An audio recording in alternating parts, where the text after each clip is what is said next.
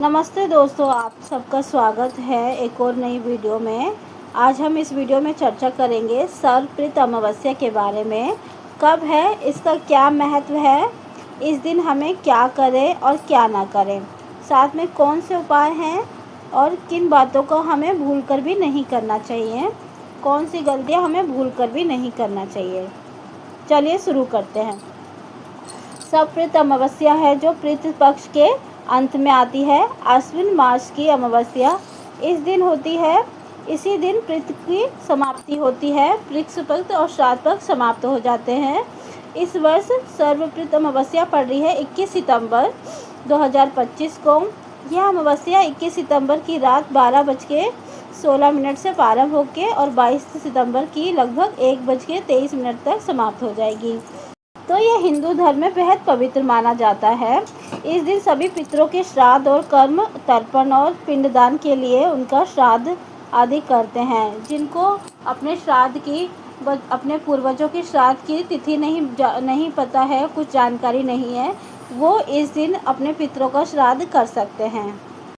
यह पितृ पक्ष के अंत में होती है, तो इस दिन पूर्वजों के सम्मान और श्रद्धा की अंतिम विदाई की जाती है। पूरे भाव से, श्रद्धा से। मान्यता है कि इस दिन किए गए श्राद्ध और तर्पण से पितरों की आत्मा को शांति मिलती है और उनसे आशीर्वाद और परिवार में सुख समृद्धि बनी रहती है। अब जानते हैं क्या करें, पूजा विधि और अनुष्ठान, शुभ कार्य। कुछ महत्वपूर्ण बातें हैं इसमें जो हमें इस दिन करना चाहिए। हमें स्वच्छता का ध्यान देना चाहिए। सुबह जल्दी उठे, स्नान करें और यदि संभव हो तो पवित्र नदी या तट पे जाके स्नान करें। अन्यथा आप घर पे भी गंगा जल डाल के स्नान कर सकते हैं, वो भी उत्तम है। अब बताते हैं पूजा हम कैसे करें। पितरों की तस्वीर या चौकी बनाकर उनको दक्षिण दिशा की ओर स्थापित करें। गंगा जल, दूध, पुष्प, धूप आदि से पूजा करें। कुश से तर्पण करें। जल, कुश, अक्षत, काले तिल जरूर पूजा में शामिल करें।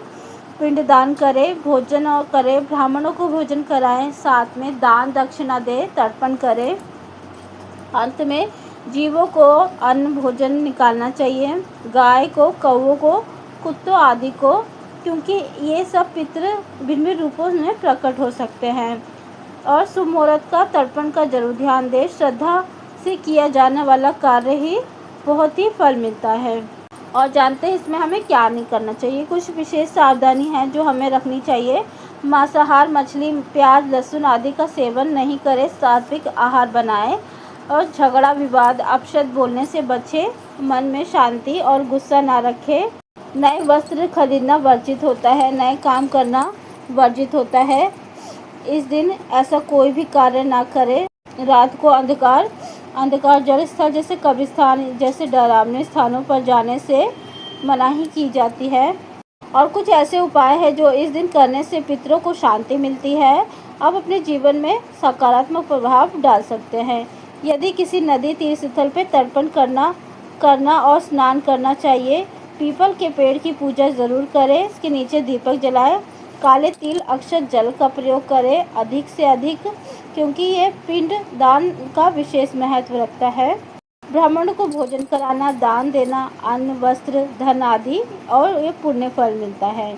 यदि संभव हो तो परिवार या बुजुर्ग के साथ मिलकर श्राद्ध करें ताकि सबको आशीर्वाद मिले पूर्वजों का।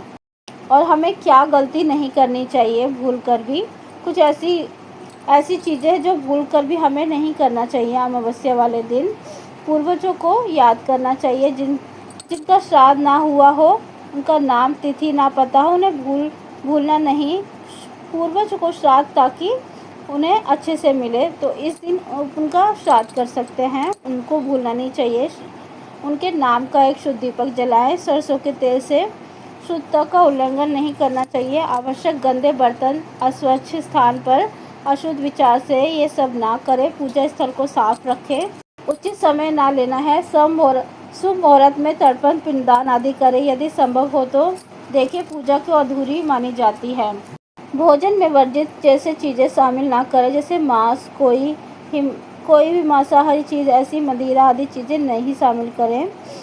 धार्मिक नियमों और रीति रिवाज का उपहास नहीं करना चाहिए, हल्के में नहीं लेना चाहिए। यदि किसी रीति रिवाज नहीं हो पा रहा है तो किसी पुरोहित धर्मगुरु से सलाह लें और ऐसी गलती ना करें।